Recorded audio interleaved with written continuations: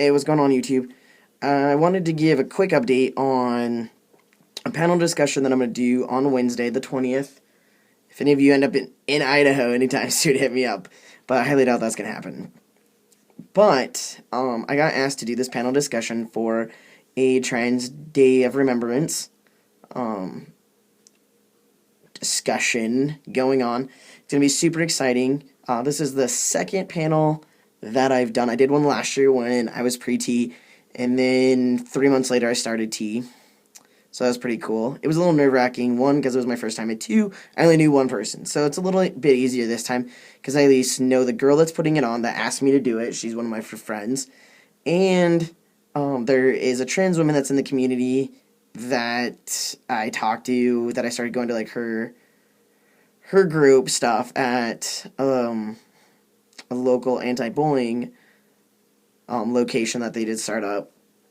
And so I know her. She's going to be doing a Trans 101, and then there's going to be a panel discussion. And what I found interesting is that there's a good portion of, not a good portion, there's a good handful of people that are trans that are in the community, but none of them wanted to do this panel. Which one? A lot of the trans women are stealth, that I have heard. So I can completely understand that, they've, moved past that. They don't want people to know.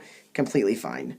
A couple of the trans guys that have been on hormones, I think, for almost 3 years, people know who they are. They know that they're trans.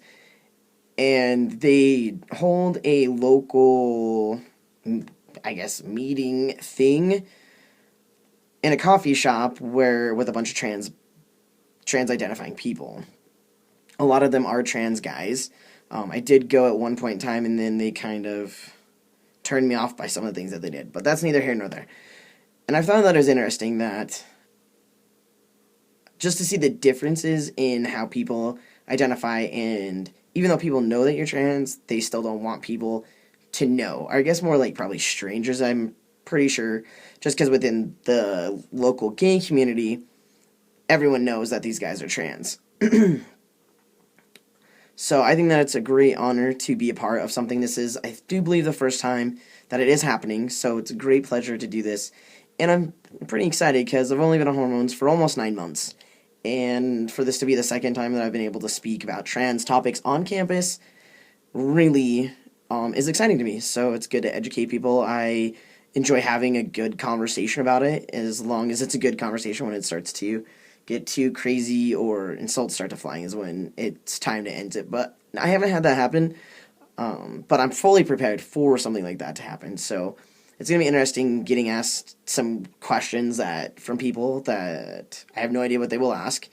So, because there's only a prepared set, and then she's going to leave the time open for general questions. So it could get interesting. So I'll probably do an update next weekend about that. So, if anyone sees this between now and, Wednesday at 5 Mountain Time, I will be checking it. And so if there's anything, maybe things that I could maybe talk about or anything like that, give me a general idea. Whatever you would like to hear, people know about the trans community coming from a smaller community, because I live in a town of about almost 60,000 people, and it's in the country, essentially.